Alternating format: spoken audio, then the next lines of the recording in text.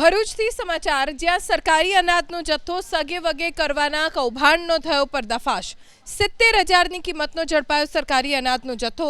બાતમીના આધારે પુરવઠા વિભાગે પોલીસ સાથે ઓરછણ ગામે દરોડો પાડ્યો। જે સમયે સસ્તા અનાજની દુકાનના સંચાલકે અનાજ ભરેલું ટ્રેક્ટર એક ખેતરમાં સંતાડ્યું હોવાનું ખુલ્યું। 70,000ની કિંમતનું અનાજ અને ટ્રેક્ટર મળી કુલ 5,70,000નો મુદ્દામાલ કબજે કરાયો। પ્રશાસને દુકાન સંચાલક સામે કાર્યવાહી શરૂ કરી છે।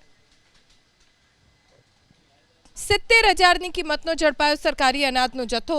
બાતમીના આધારે પુરવઠા વિભાગે પોલીસ સાથે ઓરછણ ગામે દરોડો પાડ્યો। જે સમયે સસ્તા અનાજની દુકાનના સંચાલકે અનાજ ભરેલું ટ્રેક્ટર એક ખેતરમાં સંતાડ્યું હોવાનું ખુલ્યું।